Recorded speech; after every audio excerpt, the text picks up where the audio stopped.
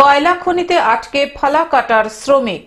অসমের কয়লা খনিতে অন্যান্য শ্রমিকদের সঙ্গে ফালাকাটার এক শ্রমিকও আটকে পড়েছেন। নিখোঁজ ওই শ্রমিকের নাম সঞ্জিত সরকার, বয়স ৩০ বছর, বাড়ি আলিপুরদুয়ার জেলার ফালাকাটা ২ নম্বর গ্রাম পঞ্চায়েতের রাইচেঙ্গা গ্রামের স্কুল পাড়াতে।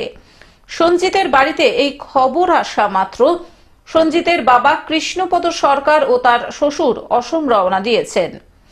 রাইচেঙ্গাতে সঞ্জিতের বাড়িতে কান্নার রোল পড়ে গিয়েছে।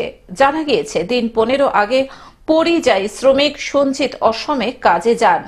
ও ওই কয়লা খনিতে গেছে কাজ করতে, শুনলাম ওই জল বাইরে গেছে, চাপা পড়ছে নাকি, ওটা আমরা সঠিক বলতে পারি না।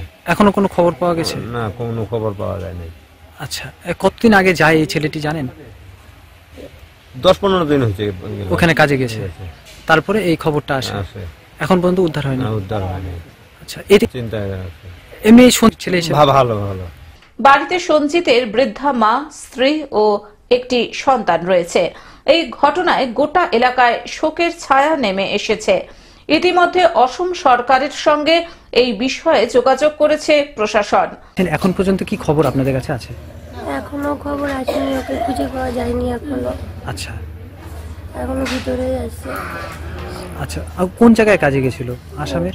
আসামে মেঘালয়, এখানে মেঘালয় ওখানে মানে কয়লা খনন, কয়লার খনি এখানে। আপনারা কবে নাগাদ খবরটা পান? আমরা তো সোমবার নাগাদ খবর পাই যে ওর মোবাইলে সুইচ অফ থাকে। 11টার দিকে ফোন করা হয়, কে রিসিভ করে বলে যে চার্জ নিয়ে রেখে দাও, পরে সুইচ বন্ধ করে দেয়।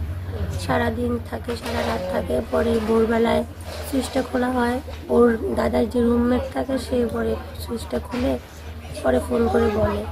জলপাইগুড়ি থেকে সায়ন সেনের রিপোর্ট, গ্লোব নিউজ। এখন থেকে গ্লোব টিভি দেখুন আপনার স্মার্টফোনেও। গুগল প্লে স্টোর অথবা অ্যাপল স্টোর থেকে ডাউনলোড করুন গ্লোব টিভি লাইভ অ্যাপ। এছাড়াও জিও টিভি অ্যাপ থেকেও দেখুন গ্লোব টিভি লাইভ।